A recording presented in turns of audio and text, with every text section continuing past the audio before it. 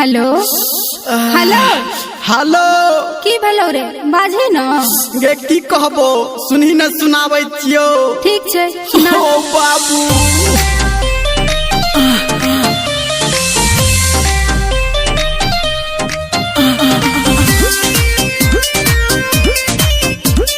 मां Gayatri recording studio.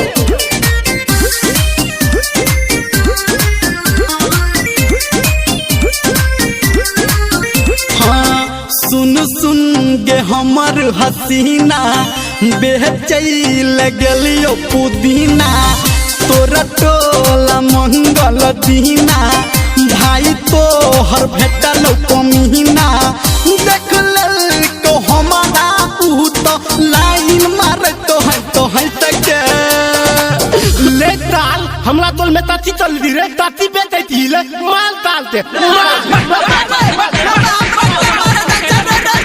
मारो लगलो पैसा के भागलियो पैसा के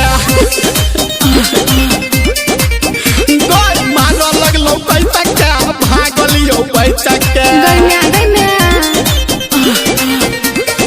बुझली बड़ मार मारले कौसार सबागा से घर घर के मारला। सुन रे सुन मजनुआ अपना बना लेबो दुर्जो सुन रे सुन मजनुआ बधिया। अपना बना लेबो अब छियौ मिला हमरे मल हम लगा देबो अच्छा अब छियौ मिला हमरे।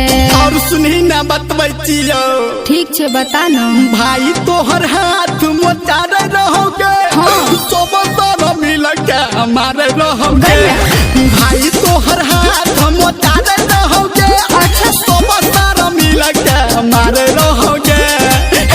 रुकता भैया फोन लगवा देता। हाथ लगा न सर के। हेलो हाँ हेलो हेलो सुनो हो सुनो मोरा भैया हो तू छह बढ़ का कसैया हो सुनो हो सुनो मोरा भैया हो तू छह बढ़ का कसैया हो हम तो करी ले बसादी भज के सुनो छ मियाँ बीबी राजी तो क्या करेगा पाजी मियाँ बीबी राजी तो क्या करेगा पाजी मियाँ बीबी राजी तो क्या करेगा पाजी खौरू खारी हसरवा तू रे मजनुआ रे रे चल चल चल भाग जाई छी। हाँ चल चल चल